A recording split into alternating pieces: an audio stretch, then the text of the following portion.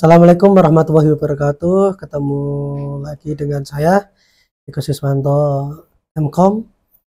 Kita sudah masuk di pertemuan ke-6 yang akan membahas tentang peluang dan ide bisnis. Namun sebelum kita mulai kegiatan perkuliahan pada hari ini, mari kita sama-sama berdoa menurut agama dan kepercayaan masing-masing. Berdoa dipersilahkan.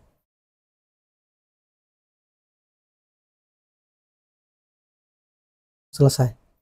Oke, selanjutnya kita memasuki materi pada pertemuan ini dengan judul peluang dan ide bisnis. Nah, kira-kira peluang apa saja dan ide seperti apa yang dapat kita kembangkan. Oke, pada materi kali ini apa saja yang akan kita bahas?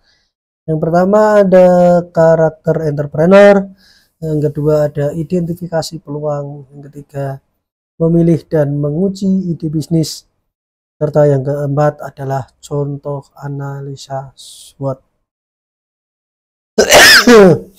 Oke, yang pertama, karakteristik individu entrepreneur. Jadi karakteristik yang cenderung membuat sebagian orang lebih baik dalam mengenali peluang daripada yang lain. Apa? Ini adalah pengalaman sebelumnya. Terus ada faktor kognitif, ada jejaring sosial, ada kreativitas. Nah, pengalaman sebelumnya seperti apa? Dari pengalaman-pengalaman yang sudah ada, ini karakter ya, jadi membuat orang lebih baik. Dia selalu belajar, oh saya pernah gagal, saya pernah ada pengalaman seperti ini, saya pernah ada pengalaman usaha dan lain sebagainya. Nah, ini juga bisa ya menjadi orang lebih baik ya, karena kita belajar dari yang namanya sebuah pengalaman. Yang kedua ada faktor kognitif. Faktor kognitif ini adalah kemampuan intelektual seseorang dalam berpikir, mengetahui dan memecahkan masalah, karena dia memang punya kemampuan untuk itu ya, untuk memecahkan masalah, berpikir dan lain sebagainya. Terus selanjutnya ada jejaring sosial ya.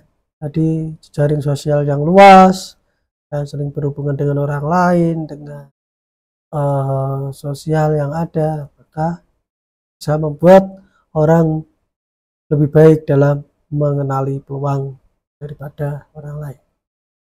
Terus yang terakhir ada kreativitas. Ya, jadi orang kreativitas seseorang juga mempengaruhi kita dalam mengenali peluang. Nah, apa saja yang dipikirkan? Nah, kebutuhan pelanggan yang mana yang sebaiknya dipenuhi oleh bisnis ini? Barang atau jasa apa yang sebaiknya dijual? Kepada siapa barang dan jasa ini dapat dijual?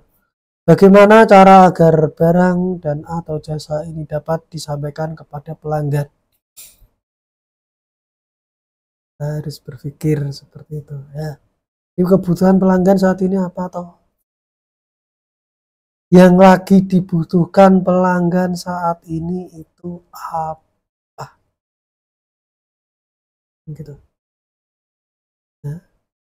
Terus kira-kira barang atau jasa apa yang sebaiknya dijual? Pada siapa ya barang atau jasa ini dapat dijual? Bagaimana cara agar barang atau jasa ini dijual? Nah, ini harus pikir baik-baik.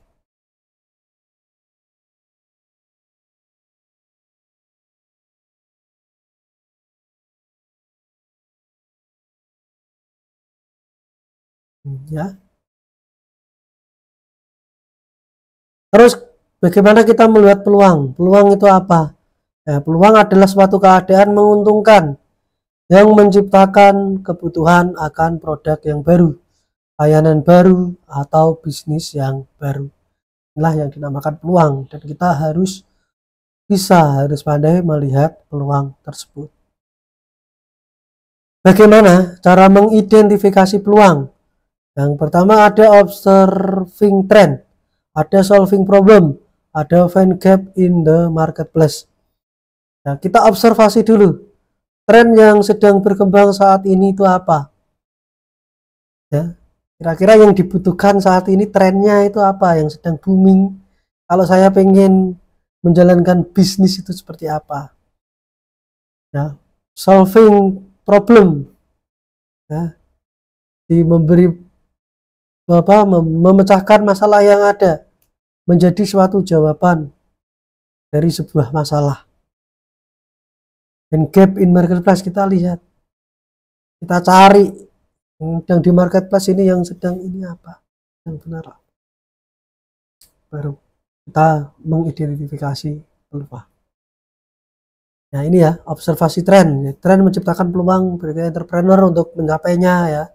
Tren yang paling penting itu apa, kekuatan ekonomisnya bagaimana, kekuatan sosialnya bagaimana, kemajuan teknologinya, politik dan perubahan regulasinya. Nah ini sangat penting untuk menyadari adanya perubahan pada area tersebut.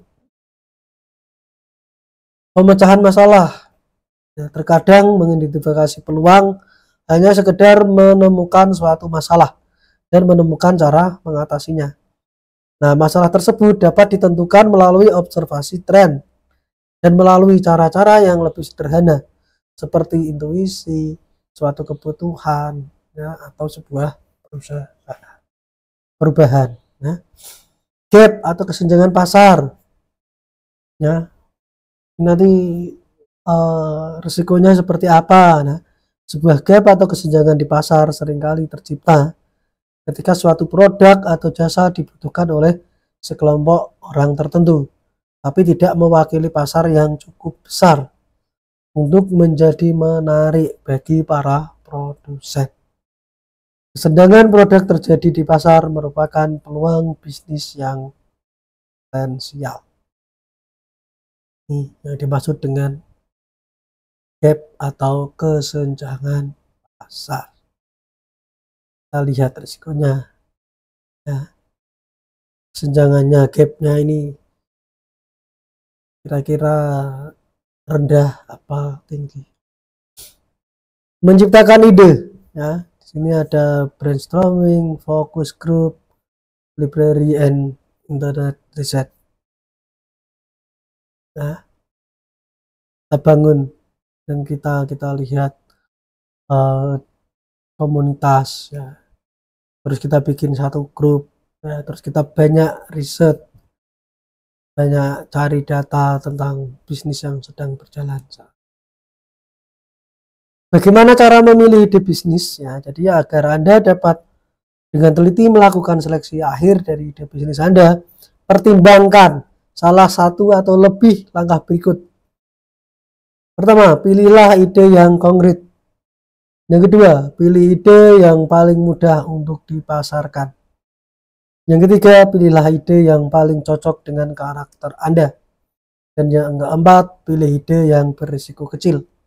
Serta yang kelima, pilihlah ide-ide yang dapat dipertahankan. Apabila sudah terpilih satu ide bisnis yang terbaik, maka langkah selanjutnya adalah menganalisa SWOT untuk menguji idenya.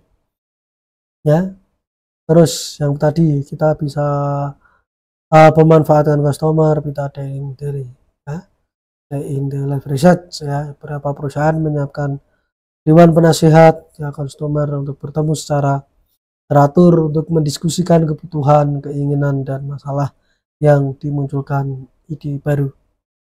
In the live research, sejenis penelitian antropologi di mana karyawan dari sebuah perusahaan menghabiskan waktu dengan customer. Menguji ide bisnis, ya, kita lihat ini adalah analisa SWOT. Kekuatannya seperti apa, kelemahan seperti apa, peluangnya seperti apa, dan ancaman yang kita dapatkan apa saja. Jadi kita harus tahu kekuatan bisnis kita, ya, contoh lokasi yang strategis dan lain sebagainya, itu menjadi kekuatan kita, ya. Kelemahan, modalnya terbatas dan lain sebagainya, ya. Peluang, daya beli masyarakatnya yang meningkat, ya, jadi kita harus mengeluarkan ide-ide kreatif. Peluangnya seperti apa? Ancaman pajak penjualan meningkat. Iya, saat ini pajak penjualan meningkat ini juga merupakan suatu ancaman. Nah, bagaimana kita bisa menganalisa bisnis kita nanti akan berjalan dengan lancar. Ini ada contohnya aplikasi ya, membuat aplikasi retail, membuat jasa website, membuat aplikasi jual beli. Nah, ini nanti diimplementasikan. Oke, mungkin itu untuk materi kita pada hari ini. Mohon maaf jika ada segala kekurangan. Nanti silahkan teman-teman membuat, untuk tugasnya teman-teman silahkan membuat satu ide bisnis ya, terus kasih alasan kenapa mengambil bisnis tersebut ya, terus coba dianalisa SWOT-nya, ini ya, dianalisa ya, mulai dari kekuatannya tadi, kelemahannya, kekurangan, dan lain sebagainya. Itu sekian untuk materi kita hari ini. Saya akhiri. Wassalamualaikum warahmatullahi wabarakatuh.